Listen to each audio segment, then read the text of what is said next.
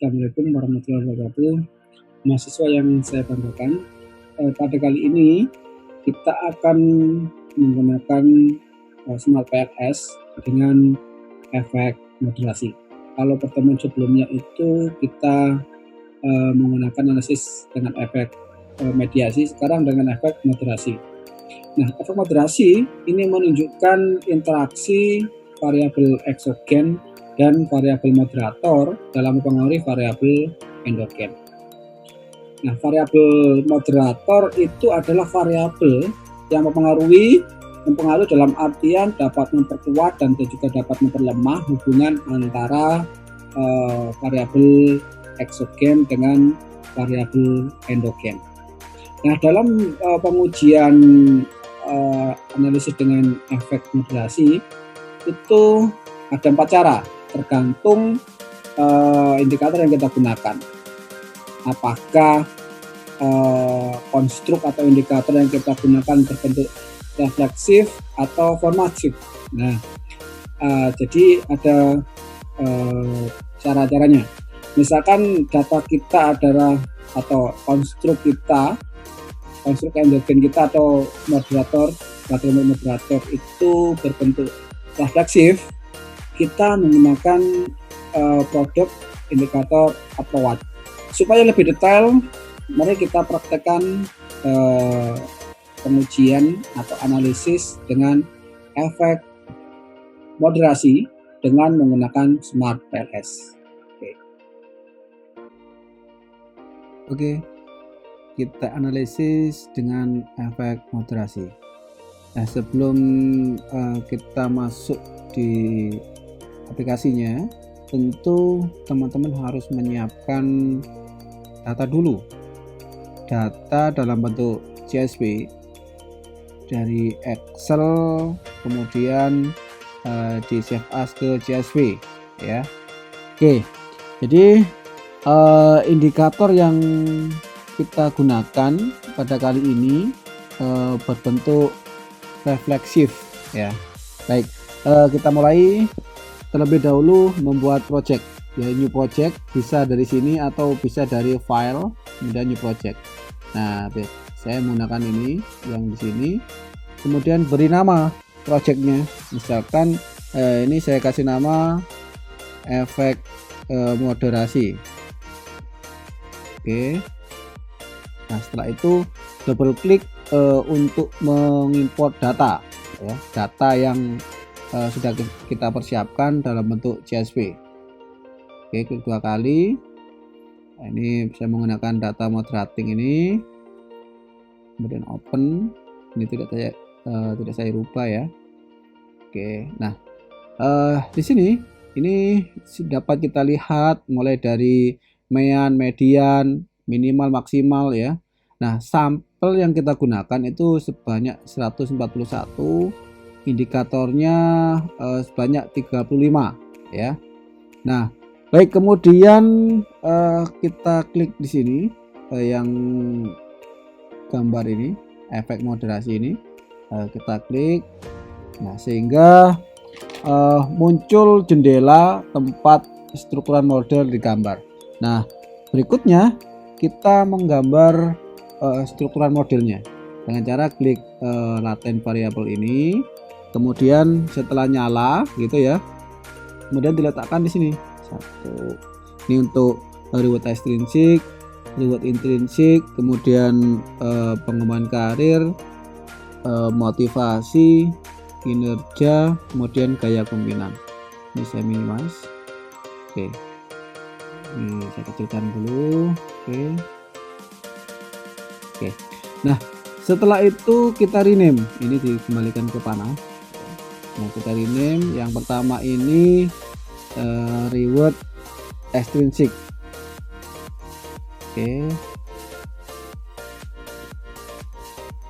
Oke, kemudian yang kedua ini reward intrinsic ya. Intrinsic. Oke. Kemudian ini adalah pengembangan karir.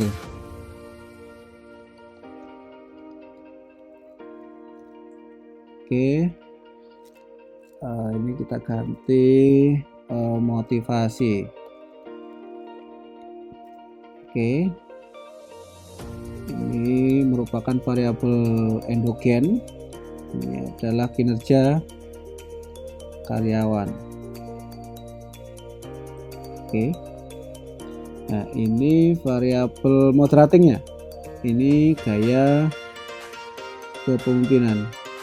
Gaya kepemimpinan. Oke. Sekarang kita beri hubungan menggunakan connection, menggunakan connect.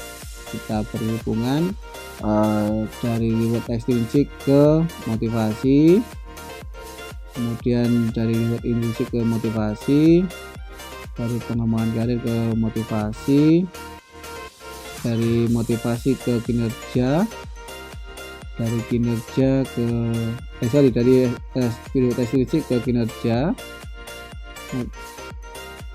kemudian dari pengembangan karir ke kinerja, gaya kepemimpinan ke kinerja.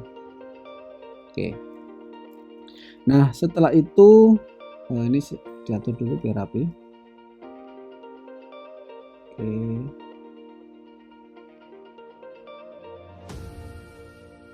Nah, kemudian kita masukkan indikator ke dalam laten variabel.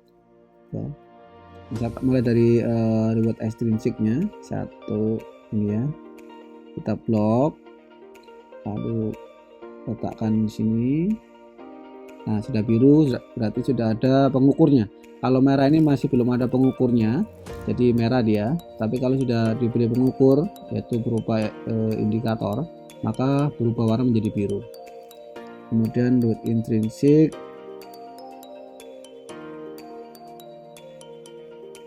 kita masukkan di sini sesuai variabelnya. Kepemimpinan ini merupakan indikator dari gaya kepemimpinan atau sebagai variabel moderating. Di sini. Kemudian karir ini merupakan indikator dari pengembangan karir ya. Ada 6 indikator yang digunakan. Kemudian kinerja ini ada 7 indikator yang digunakan untuk mengukur kinerja.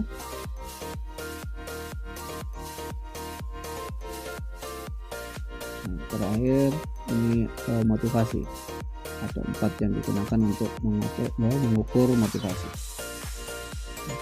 Ini kurang bagus untuk dilihat. Nah, sekarang kita setting posisinya biar bagus atau tidak terbentur nanti angkanya atau outputnya. Ya, klik kanan, kemudian pilih rata atas ya, posisi ada di atas yang ini. Kemudian ini saya geser ke bawah,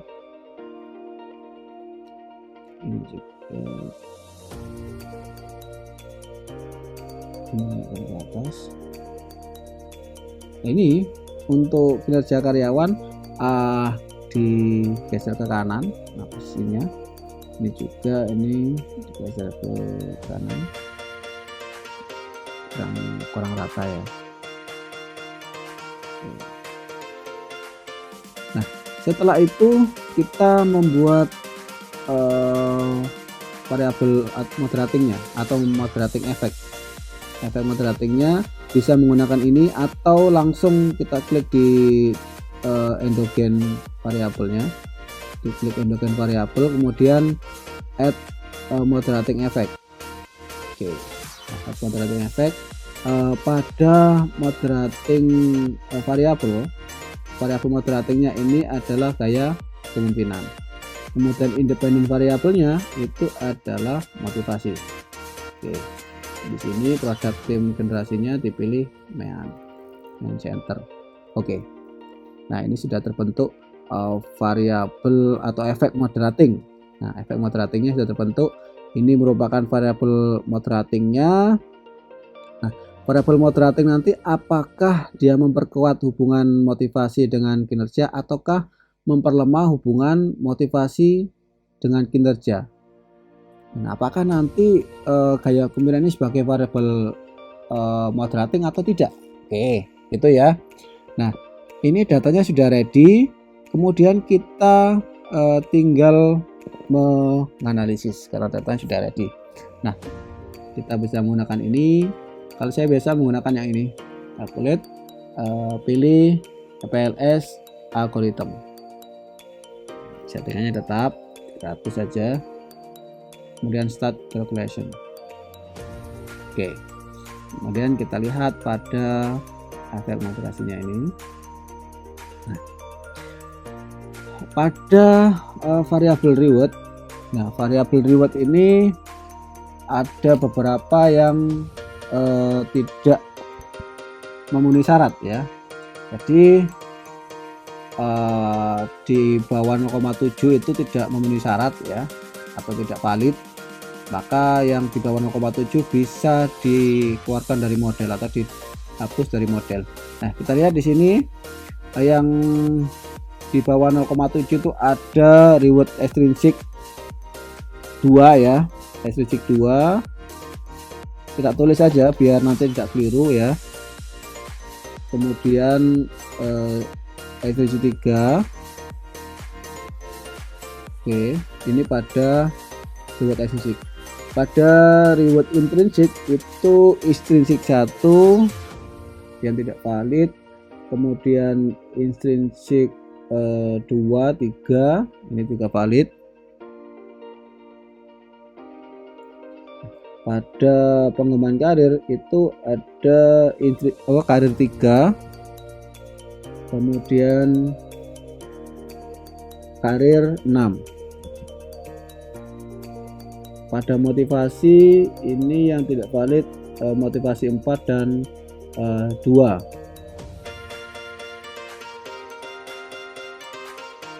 Nah, pada kinerja ini yang di atas 0,7 hanya satu saja, lainnya di bawah 0,7. Ini artinya banyak yang tidak valid begitu ya. Nah, ini yang paling jauh dari 0,7 ini kita keluarkan dari model. Ini yang paling jauh pertama itu adalah kinerja 7 ya, kinerja si indikator kinerja yang ke-7. Setelah itu disusul indeks ini ya, kinerja 6 ya. Kemudian 6 kecil, kemudian ini kinerja 3. Nah, berikutnya kinerja 5. Oke, kinerja 6 tadi itu kecil ya, kinerja 5 juga kecil, kinerja 3 gitu ya. Nah, pada gaya kepemimpinan ini juga yang di atas 0,7 hanya satu, yang lain malah jauh kecil-kecil ini. Oke, kita hapus nanti. Kita lihat yang paling jauh itu kepemimpinan 8. Jadi gaya kepemimpinan yang variabel indikator yang ke-8. Kemudian gaya kepemimpinan yang ini pertama, dari kepemimpinan 1, indikator 1 dari kepemimpinan. Kemudian ini kepemimpinan 5. Jadi diurutkan yang paling rendah ya, yang paling rendah diurutkan ke ya dari yang paling rendah. Kepemimpinan 2 juga. Oke, nah setelah kita catat nanti kita deal atau kita drop dari model. Nah, untuk melihat ini kan tadi kita melihat secara manual ya, yang di bawah 0,7 maka dia tidak valid. Nah, untuk melihatnya ada tandanya merah di sini dari algoritma, pilih yang ini autoloading. Nah, autoloading ini yang merah-merah ini tidak valid ya teman-teman ya. Extrinsic 2, 3, 4 ini tidak valid. Yang merah, yang hijau ini valid. Ini juga ya, intrinsic 1, kemudian 2, 3 tidak valid. Pada karir ini ada pengembangan karir yang indikator ketiga, indikator ke-6 begitu ya. Gaya kepemimpinan ini yang valid hanya satu, kemudian kinerja juga hanya satu. Nah, motivasi ini ada 2 yang tidak valid. Nah, untuk moderating ini moderatingnya valid ya. Oke. Nah, kemudian untuk memenuhi ini validitas, kita hapus yang tidak valid tadi. Nah, yang pertama tadi ini reward extrinsic, indikator yang kedua ini enggak valid, kemudian indikator ketiga juga tidak valid. Nah, berikutnya intrinsic satu ini tidak valid ya. Kemudian intrinsic 2 ini juga tidak valid. Nah, ini motivasi ya, saya salah ngapus saya. Oke, saya ulangi. Jadi yang intrinsik ini ya, intrinsik yang tidak valid intrinsik 1, kemudian intrinsik 2, kemudian intrinsik 3 ini yang tidak valid, berarti yang di bawah 0,7. Nah, berikutnya ke pengembangan karir. Jadi variabel pengembangan karir. Pengembangan karir ini yang tidak valid ada di karir 3 ini enggak valid. Kemudian karir 6 juga tidak valid. Ke motivasi yang tidak valid itu motivasi 4 ini yang paling rendah, kemudian motivasi 2. Oke. Untuk kinerja ini yang kita ambil yang paling kecil dulu ya, paling kecil. Nah, yang mendekati 0,7 tidak kita hapus, nanti kita lihat nilainya naik atau tidak begitu. Kita delete atau kita drop kinerja yang ke-7 ini tidak valid, kemudian 6 tidak valid, 3 tidak valid, dan 5. Pada gaya kepemimpinan ini enggak valid, ini 8 yang paling kecil, kemudian kepemimpinan 1, kepemimpinan 5, kepemimpinan 2. Nah, setelah kita drop atau kita keluarkan dari model yang tidak valid, kemudian kita calculate lagi ya dengan PLS calculator. Oke, kita start calculator. Kita lihat hasilnya. Oke, dari nilai ini reward extrinsic ini ada intrinsic 4 ini dia tidak valid ya, karena dia sangat jauh dari 0,7. Kemudian untuk motivasi sudah aman ya, sudah aman, intrinsic aman, kemudian pengembangan karir aman ya, di atas 0,7 semua. Nah, untuk kinerja juga sudah aman ya guys, di atas 0,7 semua. Nah, untuk gaya kepemimpinan ini masih ada yang di bawah 0,7, itu kepemimpinan 6. Jadi kita hapus yang itu extrinsic 4 dan gaya kepemimpinan 6. Oke, silakan. Kemudian gaya kepemimpinan 6. Nah, ini mungkin berbeda dengan hasil yang ada di modul ya, datanya sama ya, tapi kita analisis hasilnya berbeda. Oke, kita klik ke algoritma. Oke, kita lihat. Nah, ini intrinsik 1 ini nilainya juga semakin menurun ya, dengan menurun. Kemudian motivasi tetap, ini untuk intrinsic tetap, ini sudah oke, ini sudah oke. Nah, ini yang jadi permasalahan ini yang reward intrinsik.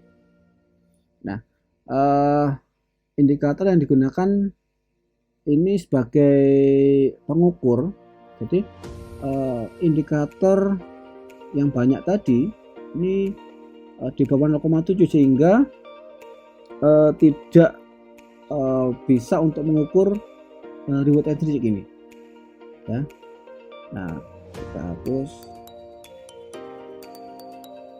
kita run lagi, tinggal satu ya.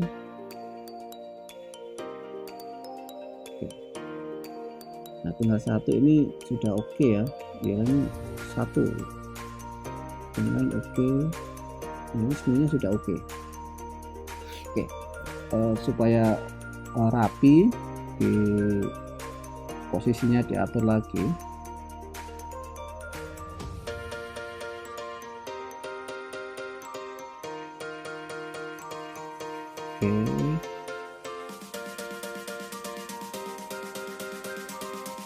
Ini juga kita rapikan. Nah, ini sudah rapi. Kemudian kita lihat pada ini auto loading. Nah, auto loading ini semua sudah valid ya, semua sudah hijau. Oke. Nah, langkah berikutnya setelah semuanya sudah valid, semuanya sudah hijau, tadi yang tidak valid, tidak memenuhi kriteria convergent validity, kita keluarkan dari model ya. Nah, kemudian kita analisis yang pertama, yaitu convergent validity. Convergent validity kita lihat di sini ya, kita kembali ke sini. Nah, convergent validity kita lihat pada construct reliability ya. Oh, ini dari ini. Oke.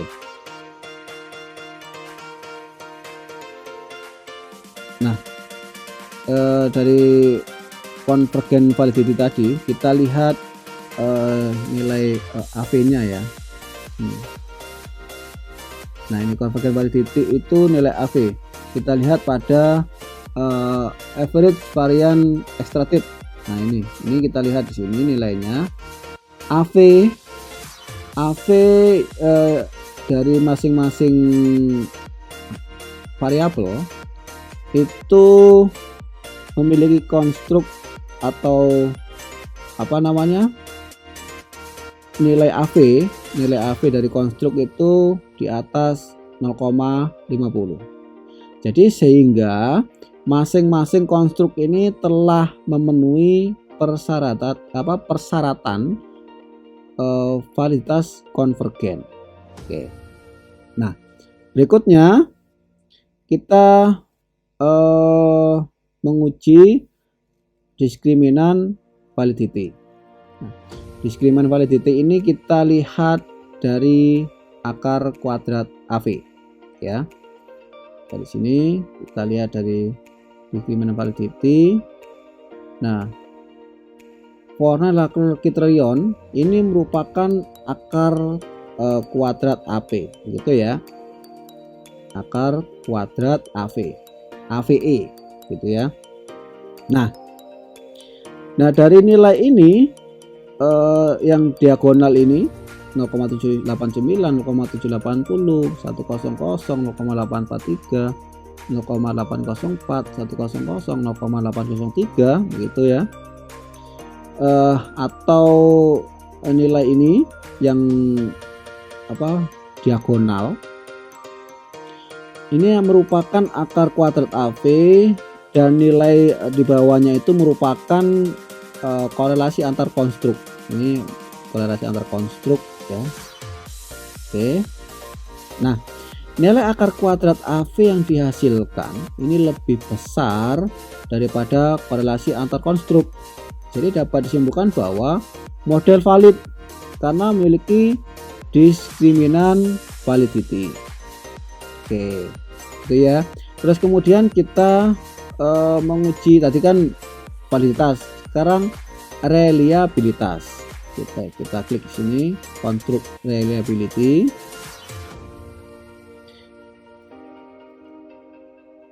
belum connect. Nah, ini konstruk reliability-nya. Kita lihat dari nilai Cronbach alpha-nya. Atau pertama itu kita nilai adalah Cronbach alpha. Nah, syaratnya Cronbach alpha ini untuk melihat, kita lihat klik di sini. Nah, sini syaratnya adalah di atas 0,7. Nah, ini masih ada yang di bawah 0,7. Ini ada 1, 2, 3, ada 4. Ada 4 yang di bawah 0,7 gitu ya. Nah, ini kan benar ada 4 ini ya. Ada pimpinan. Kemudian ini saya lebarkan dulu ya. Saya lebarkan. Kayak pimpinan, ini kemudian kinerja, motivasi, dan reward intrinsik. Nah, Cronbach alpha-nya di bawah 0,7.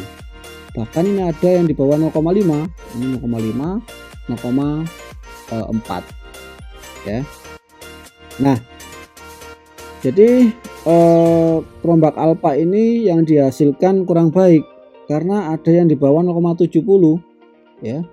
Nah, kalau Cronbach alpha itu di atas 0,7 ini masih dapat diterima jika exploratory ini riset begitu ya.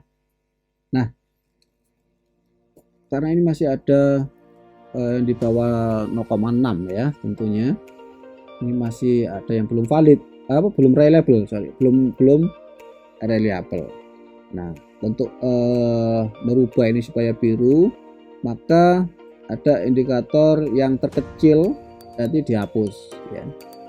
Oke. Kemudian kita beralih ke composite reliability. Kalau dari nilai composite reliability ini semuanya hijau.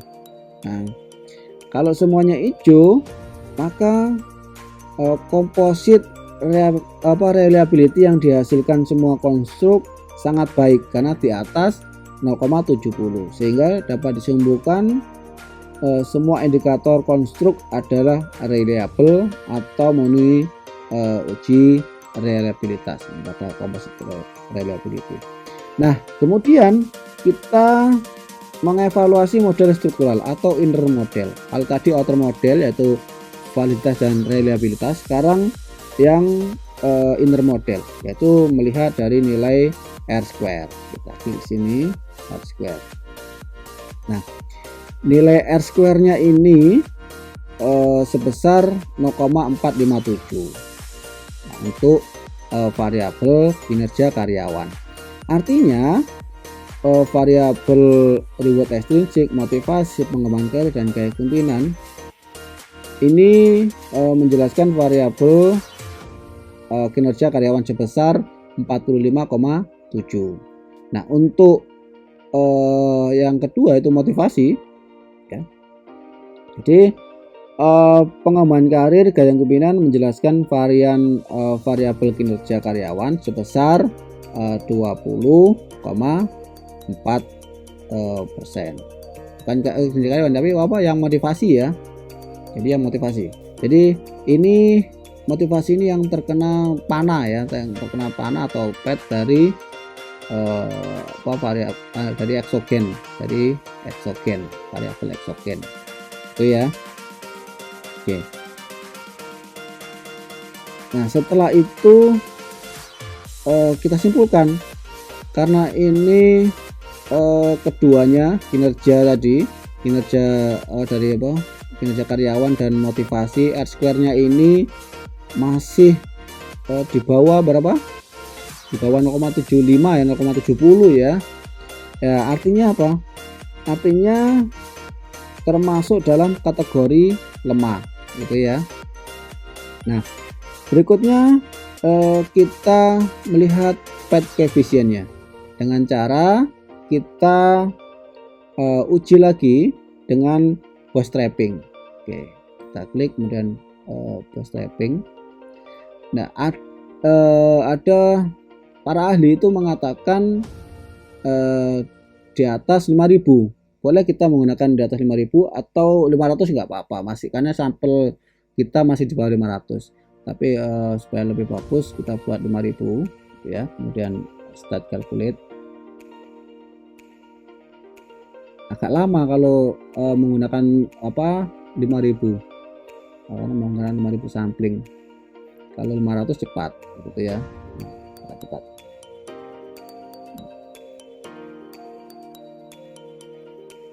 Oke, masih proses. Nah, kita lihat hasilnya ini. Hasil dari bootstrapping.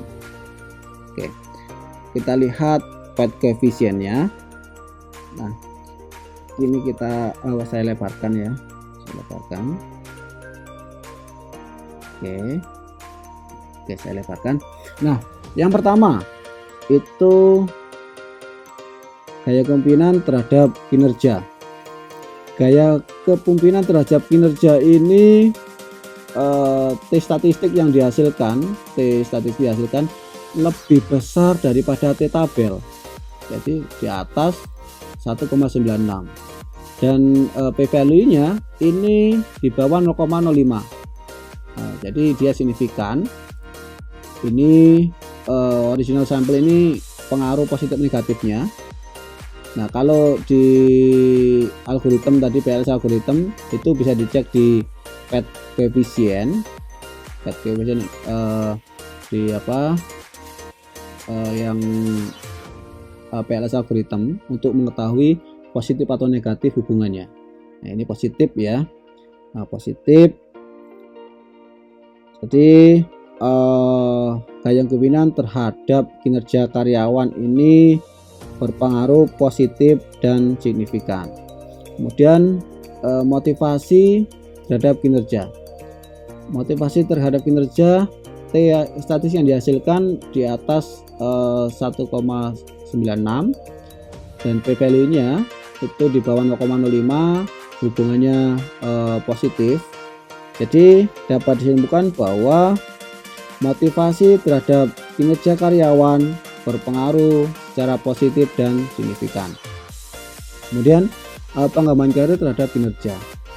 T statistik yang dihasilkan di bawah 1,96, sedangkan P value nya ini di atas, probabilitasnya di atas 0,05 dan hubungannya positif. Jadi dapat disimpulkan bahwa pengembangan karir terhadap kinerja karyawan tidak berpengaruh. Nah, pengembangan karir terhadap motivasi, T statistik yang dihasilkan lebih besar daripada T tabel, jadi lebih besar daripada 1,96, dan P value nya ini di bawah 0,05, hubungannya positif. Jadi dapat disimpulkan bahwa pengembangan karir terhadap motivasi berpengaruh positif dan signifikan. Kemudian reward extrinsic terhadap kinerja karyawan, T statistik yang dihasilkan 2 atau di atas 1,96, P value nya atau probabilitasnya itu di bawah 0,05 dan hubungannya positif ya, hubungannya positif. Jadi dapat disimpulkan bahwa reward extrinsic terhadap kinerja berpengaruh secara positif dan signifikan. Dan reward extrinsic terhadap motivasi,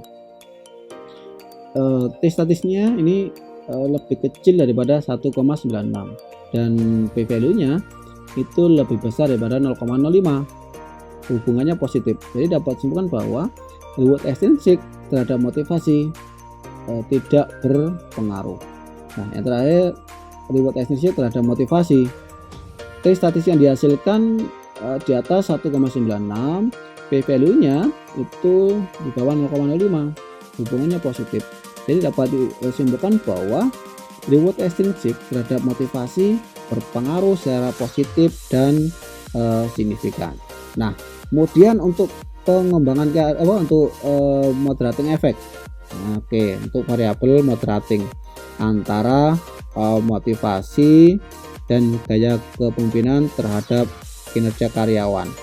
Ini diperoleh bahwa nilai T statistik di bawah 1,96 dan P value nya itu di atas 0,05. Nah, sehingga dapat disimpulkan bahwa variabel gaya kemungkinan ya bukan merupakan variabel moderator atau tidak dapat memoderasi hubungan antara motivasi terhadap kinerja karyawan. Oke, jadi tidak dapat memoderasi hubungan antara motivasi dan kinerja karyawan. Oke. Nah, kemudian kita uji Q kuadrat. Oke. Fed moderasi sini Q kuadrat. Ini kita klik calculate estimate. Nah, kita klik blindfolding untuk mencari nilai Q kuadrat. Kemudian start calculation. Oke, proses. Nah, kita lihat nilai dari Q kuadrat ini 0,244 kemudian 0,113 gitu ya. Nah, jadi berdasarkan perhitungan predictive relevance X kuadrat, jadi pada ini ya, pada output ini menunjukkan nilai 0,244 dan 0,113. Ini maka dapat disimpulkan bahwa model memiliki nilai prediktif relevan. Nah, berikutnya NFI, nilai normal fit index. Jadi evaluasi model fit. Jadi evaluasi model fit itu kita lihat pada PLS algorithm. Oke. Kemudian kita pilih ini model fit. Kita pilih model fit, kemudian pada nilai NFI. Nah, pada nilai NFI. Oke. Jadi hasil penelitian ini menunjukkan bahwa measurement fit dan nilai estimate model atau struktural model memiliki sedikit perbedaan nilainya ya antara struktural model dan estimate model. Ini memiliki sedikit perbedaan nilainya, tapi nggak jauh amat perbedaannya ya. Nah, maka apa ya, model menunjukkan dalam penelitian ini sebesar 53,1% ini lebih baik daripada model null model. Oke, jadi saya ulangi lagi, NFI yang menunjukkan bahwa model penelitian sebesar 53,1% lebih baik daripada model null model. Oke, jadi itu analisis dengan efek moderasi. Oke, semangat terus teman-teman semuanya untuk mempraktekkan, praktekkan supaya terbiasa. Nah, nanti ketika skripsi silakan menggunakan Smart PLS ya, karena kalau menggunakan SPSS itu sudah tergolong jadul ya. Jadi gunakan Smart PLS ini. Oke, semangat terus mahasiswa semuanya, tetap jaga kesehatan, lakukan protokol kesehatan. Saya akhiri, billahi fisabilillah, wassalamualaikum warahmatullahi wabarakatuh.